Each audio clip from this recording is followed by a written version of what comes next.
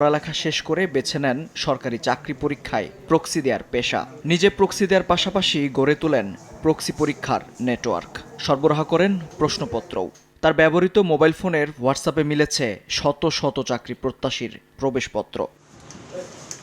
শিক্ষক নিবন্ধন পরীক্ষায় প্রক্সি দেয়া শিক্ষার্থীকে নিতে ঢাকায় এসে এবার পড়েছেন ধরা। প্রক্সি পরীক্ষায় টাকা নিয়ে দ্বন্দ্বের জেরে তাকে ঢাকা বিশ্ববিদ্যালয় সাংবাদিক সমিতির সদস্যদের কাছে তুলে দিয়ে কৌশলে সটকে পড়ে চক্রের বাকি সদস্যরা।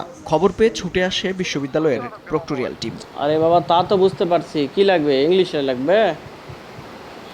ইংলিশে লাগবে বুঝি বিজনেস না মত করতে মই কোলে বালা তো হয়তো ওই 11টা থেকে তো জানা হবে। অভিযুক্ত কাউসার জানান, জয়পুরহাটের এক ছাত্রলীগ নেতার শিক্ষক নিবন্ধন পরীক্ষার জন্য প্রক্সি পরীক্ষার্থীর খোঁজে শুক্রবার ঢাকায় আসেন।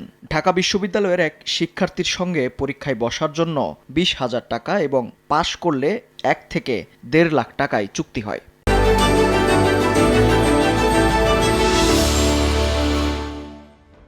আমাদের জয়পুরহাট ছাত্রলীগের জেলা সেক্রেটারি আবু বকর সিদ্দিক, তার কলেজের নিবন্ধন লিখিত এক্সাম আছে।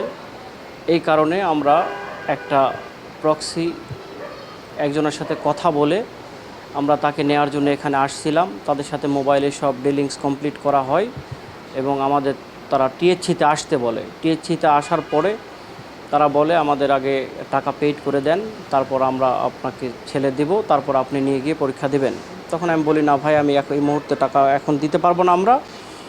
আপনি যাবেন, তারপর পরীক্ষা শেষ হলে আমি টাকা দিব এবং আপনার ফার্দার টাকার জন্য আপনার ডকুমেন্টস দিয়ে দেওয়া হবে।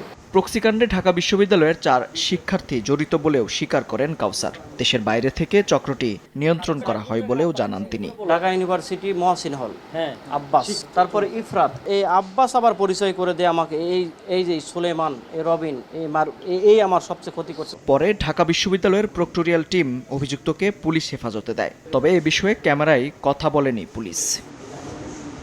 মেহেদী হাসান, সময় সংবাদ, ঢাকা।